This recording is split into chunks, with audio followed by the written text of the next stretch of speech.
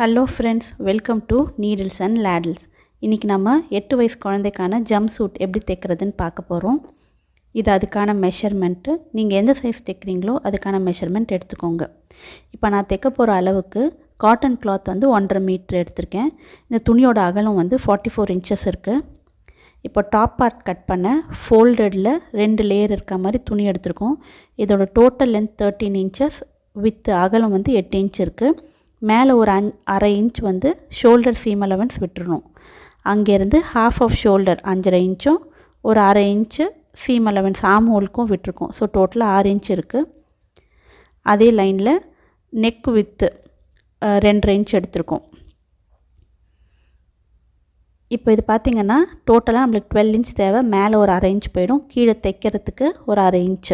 So அதனால தான் 13 inch எடுத்திருக்கோம். இப்போ மேலேருந்து ஒரு 6 inch 5.5 inch எடுத்திருக்கோம்.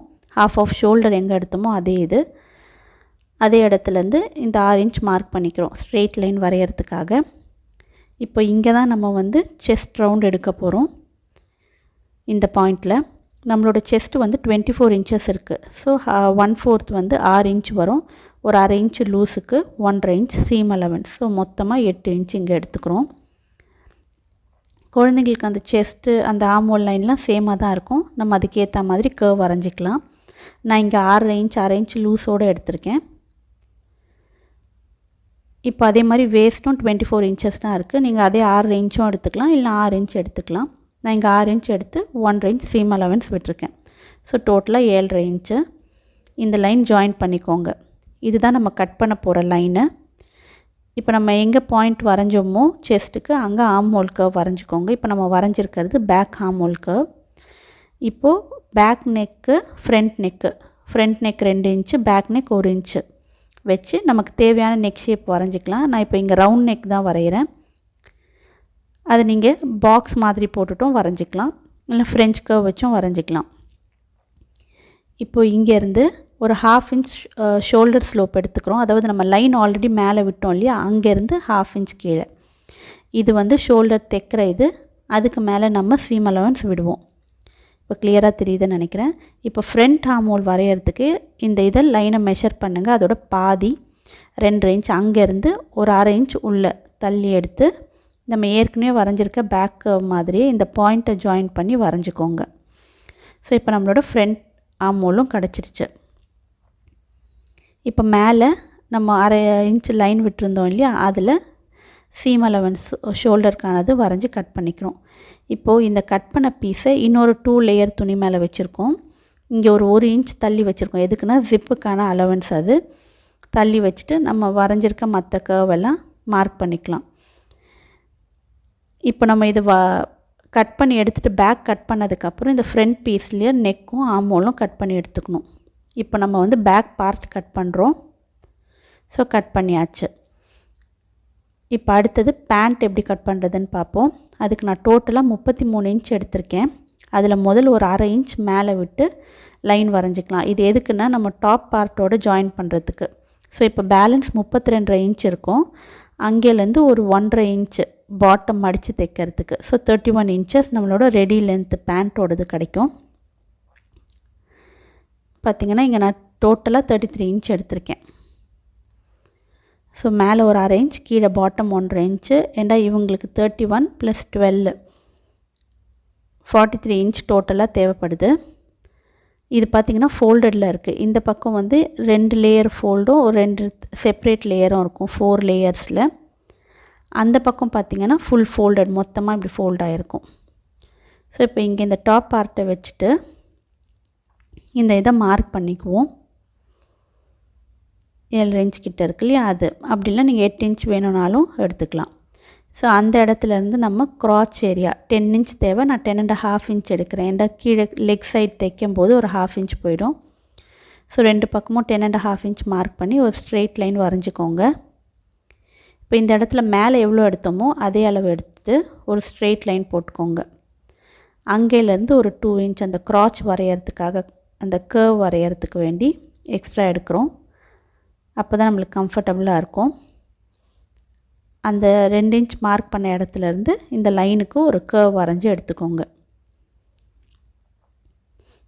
இப்போ இந்த கர்வ் வரைஞ்சாச்சு. இங்கே எவ்வளோ இருக்கோ அதே அளவு தான் நான் கீழே ஃபுல்லாக எடுத்துக்கிறேன். ரீசன் என்னென்னா நான் பிளாசோ பேண்ட் மாதிரி தைக்க போகிறேன். உங்களுக்கு அகலம் கம்மியாக வேணும்னா நீங்கள் அதுக்கேற்ற மாதிரி மெஷர்மெண்ட் எடுத்துக்கலாம். இந்த 1.5 இன்ச் மடித்து இது பண்ணும்போது அவங்களுக்கு தேவையான லென்த் கிடச்சிரும். உங்களுக்கு ஒருவேளை முக்கால் பேண்ட்டுனாலும் அதுக்கேற்ற லென்த் எடுத்துக்கோங்க மெஷர் பண்ணி. ஹாஃப் வேணும்னாலும் அது மாதிரி மெஷர் பண்ணி வரைஞ்சி முடிச்சுக்கலாம். இப்போ நான் இதை இப்படி ஃபுல்லாக எடுத்துருக்கிறதுனால இந்த இதை அப்படியே கட் பண்ணுவேன். இந்த க்ராச் கட் பண்ணி இந்த ஸ்ட்ரெயிட் கட் பண்ணி எடுத்துக்குவேன். இப்போ இது பார்த்திங்கன்னா டாப் வந்து லைன் இருக்குது என்னோடய ப்ரிண்ட்டு. ஸோ ஹாரிசான்டலாகவும் பேண்ட்டுக்கு வெர்டிக்கலாகவும் எடுத்திருக்கேன். உங்களோட பேட்டர்னுக்கு ஏற்ற மாதிரி நீங்கள் டிசைன் மாற்றிக்கலாம். இப்போ இதே இது நான் லைனிங்கும் கட் பண்ணி எடுத்திருக்கேன். நீங்கள் லைனிங் இல்லாமலேயும் தைக்கலாம், காட்டன் கிளாத் தான். ஸோ எனக்கு லைனிங் வேணுங்கிறதுனால நான் ஃப்ரண்ட்டுக்கு பேக்குக்கு பேண்ட்டு எல்லாம் கட் பண்ணியிருக்கேன். பேண்ட்டுக்கு மட்டும் லென்த்துலேருந்து லைனிங் வந்து கொஞ்சம் கம்மியாக கட் பண்ணியிருக்கோம். எப்போவுமே லைனிங் கொஞ்சம் ஷார்ட்டாக வைப்போம் இல்லையா, அந்த மாதிரி.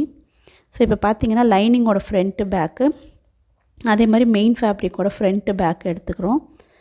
இந்த ஃப்ரண்ட் சைடில் அதோட ஷோல்டரோட பேக்கோட ஒரு பார்ட்டையும் எடுத்து சேர்த்து முதல் ஷோல்டர் தைச்சி எடுத்துக்கிறோம். ஸோ இந்த மாதிரி லைனிங் கம்ப்ளீட் பண்ணிக்கிறோம். அதே மாதிரி மெயின் ஃபேப்ரிக்கும் கட் பண்ணி தைச்சி எடுத்துக்கலாம். இப்போ இந்த மாதிரி ஜாயின் பண்ணியாச்சு.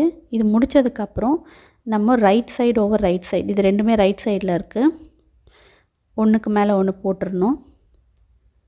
போட்டுட்டு அதோட நெக்லைன் நம்ம ஜிப்புக்கு 1 இன்ச் விட்டோம் இல்லையா ரெண்டு பக்கம். ஸோ அதை விட்டுட்டு மற்ற இடத்துல ஸ்டிச் பண்ணணும். நெக் அந்த மாதிரி ஸ்டிச் பண்ணணும். ஆர்ம்ஹோலும் அதே மாதிரி. ஆனால் அதுக்கு முன்னாடி நம்மளோட டிசைனில் வந்து இந்த ப்ளீட்ஸ் இருக்குது. அதனால் நீங்கள் முதல் நெக்கு கூட தைக்காமல் மெயின் ஃபேப்ரிக் ஜாயின் பண்ண உடனே நீங்கள் ப்ளீட்ஸ் வச்சுக்கலாம். இப்போ பார்த்திங்கன்னா ஒரு சைடு வந்து லென்த்து 25 இன்ச்சஸ்ஸு ப்ளீட்ஸ்க்கு, ரெண்டு பக்கம் 50 இன்ச்சு. நான் ப்ளீட்ஸ் வைக்கணுங்கிறதுனால டோட்டலாக 100 இன்ச் லென்த்துக்கு எடுத்திருக்கோம். நம்ம லென்த்துக்கு ஏற்ற மாதிரி ஜாயின் பண்ணிக்கோங்க. அகலம் வந்து ஒரு 5 இன்ச் எடுத்திருக்கேன். ஒரு சைடு வந்து ரோல் பண்ணி நான் தைக்க போகிறேன். நீங்கள் வேணால் டபுள் ஃபோல்ட் பண்ணியும் தைச்சிக்கலாம். ஸோ இந்த மாதிரி ஒரு சைடு ஃபோல்ட் பண்ணி தைச்சாச்சு. இன்னொரு சைடு பார்த்திங்கன்னா இதை ஹாஃபாக அப்படி இப்படி மடிச்சுட்டு மேலே வந்து பெரிய ஸ்டிச் வச்சு தைச்சிக்கோங்க. தைச்சிட்டு நூலை சுருக்கணுன்னா இந்த மாதிரி ப்ளீட்ஸ் கிடைக்கும். ஸோ அந்த மாதிரி தைச்சிருக்கோம். இது இந்த கிளாத்தோட பேக் சைடு. அதே மாதிரி ஹாஃபாக ஃபோல்ட் பண்ணி இந்த ப்ளீட்ஸ் தைச்சி வச்சுருக்கோம். இப்போ இது நம்மளோட மெயின் ஃபேப்ரிக்கில் வச்சு தைக்க போகிறோம். நான் இதில் ஆல்ரெடி நெக்கு ஜாயின் பண்ணியிருக்கேன். நீங்கள் அதை ஜாயின் பண்ணாமல் செப்பரேட்டாக வச்சு தைச்சிக்கலாம், கம்ஃபர்டபுளாக இருக்கும். இப்போ இது சென்டர்லேருந்து பார்த்திங்கன்னா நான் ஒரு 3 இன்ச் எடுத்திருக்கேன். ஸோ உங்களுக்கு அது ஷோல்டரோட ஹாஃபில் வர மாதிரி வச்சு தைச்சிக்கலாம். நான் இப்போ இதை எப்படி தைக்க போகிறேன்னா இப்படி மேலே வச்சுட்டு இந்த ப்ளீட்ஸோட மேல் பக்கமே ஸ்டிச் போட போகிறேன். ஸோ இந்த பக்கம் கொஞ்சம் வந்து இப்படி தூக்குன மாதிரியும் இருக்கும். இங்கே ஸ்டிச் போட்டால் தூக்குன மாதிரி இருக்கும். உங்களுக்கு அப்படி வேண்டான்னா இப்படி பேக் சைடு வச்சு தைச்சிட்டு இப்படி திருப்பிக்கலாம். மூணாவது ஆப்ஷன் வந்து இந்த லைன் அப்படியே கட் பண்ணிவிட்டு உள்ளே வச்சுன்னு தைக்கலாம். அந்த மாதிரி பண்ணுறது இருந்தால் நீங்கள் பேப்பர் பேட்டர்ன் போட்டுட்டு அதுக்கான அலவன்ஸ் விட்டுட்டு பண்ணணும். இப்போ பார்த்தீங்கன்னா ப்ளீட்ஸ் ஃபுல்லாக ஃப்ரண்ட்லேருந்து பேக் வரையும் தைச்சாச்சு. வெறும் மெயின் துணியில் தான் தைச்சிருக்கோம், லைனிங்கோடு சேர்த்து தைக்கலை. ஏற்கனவே நெக்கு நான் ஜாயின் பண்ணிட்டதுனால இப்போ ஆர்ம் ஹோல் மட்டும் ஜாயின் பண்ண போகிறோம். இந்த ப்ளீட்ஸ் எக்ஸ்ட்ராவாக இருக்கு இல்லையா, அதை கொஞ்சம் உள்ளே தள்ளிட்டு அப்படியே அந்த ஆர்ம் ஹோலில் ஷோல்டர் சேர்த்து இருக்க மாதிரி பார்த்துட்டு நீங்கள் ஜாயின் பண்ணிக்கணும். ஸோ ஜாயின் பண்ணி முடித்ததுக்கப்புறம் இது சைடில் வந்து இந்த மாதிரி ஸ்லிட்டு கொடுத்துக்கோங்க. அந்த ஸ்டிச்சை கட் பண்ணாமல் கிட்ட வரைக்கும் கொடுத்துக்கோங்க. அப்போ தான் திருப்பும்போது நல்லா ஃப்ளாட்டாக கிடைக்கும்.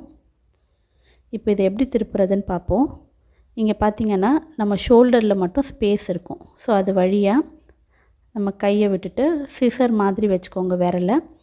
ஏதாவது ஒரு சைடு ஆஃப் கிளாத் எடுத்து அந்த விரலில் பிடிச்சி இழுத்துக்கோங்க. ஈஸியாக திரும்பி வந்துடும். இதே இது நீங்கள் பெரியவங்க மெஷர்மெண்ட் பண்ணாலும் இதே ப்ரொசீஜர் தான் லைனிங் வைக்கிறீங்கன்னா. இல்லை நீங்கள் லைனிங் இல்லாமல் தைக்கிறீங்கன்னா வெறும் மெயின் ஃபேப்ரிக்கில் ப்ளீட்ஸ் வச்சுட்டு அதோட சைடு ஜாயின் பண்ணிட்டு பேண்ட்டோடு ஜாயின் பண்ணிடலாம். ஸோ இப்போ நம்ம இதை லைனிங் வைக்கிறதுனால தான் இந்த எக்ஸ்ட்ரா ஸ்டெப்ஸ் வருது. ஸோ இந்த மாதிரி ரெண்டு பக்கமும் திருப்பி எடுத்துக்கோங்க. சப்போஸ் நீங்கள் லைனிங் வைக்கலைன்னா நெக்குக்கு ஃபேஸிங் வச்சு அதே மாதிரி ஆர்ம் ஹோலுக்கும் ஃபேஸிங் வச்சு ஃபினிஷ் பண்ணிக்கோங்க. ஸோ இப்போ இதை மாதிரி திருப்பி எடுத்தாச்சு. இப்போ இதை சைடு ஜாயின் பண்ண திரும்ப லைனிங்கும் இந்த மெயின் ஃபேப்ரிக்கும் தனித்தனியாக பிரிச்சுக்கோங்க. அதே மாதிரி தைக்கும் போது அந்த ப்ளீட்ஸ் நடுவில் மாட்டாமல் பார்த்துக்கோங்க. ஸோ இந்த மாதிரி ரெண்டு பக்கத்தையும் தனித்தனியாக பிரித்து எடுத்துக்கோங்க. பார்த்திங்களா, மெயினும் லைனிங்கும் பிரிச்சிருக்கோம். ஸோ ஒரு ஸ்டைலில் ஸ்டார்ட் பண்ணி அப்படியே இன்னொரு சைடுக்கு வந்துடுங்க. நம்ம எவ்வளோ சீம் அலவன்ஸ் விட்டோமோ அதுக்கேற்ற மாதிரி தைச்சிக்கோங்க. ஸோ இப்போ இது டாப் பார்ட் முடிஞ்சிடுச்சு. ஸோ இதோட நெக்ஸ்ட் பார்ட்டில் இதோட பேண்ட் எப்படி ஜாயின் பண்ணுறது, டாப்போடு அதை எப்படி சேர்த்து வைக்கிறது, ஜிப் வைக்கிறது எல்லாம் பார்ப்போம். உங்களுக்கு இந்த வீடியோ யூஸ்ஃபுல்லாக இருந்திருக்கும்னு நினைக்கிறேன். ஏதாவது டவுட் இருந்தால் கமெண்ட் செக்ஷனில் கேளுங்க. தேங்க்யூ ஃபார் வாட்சிங்.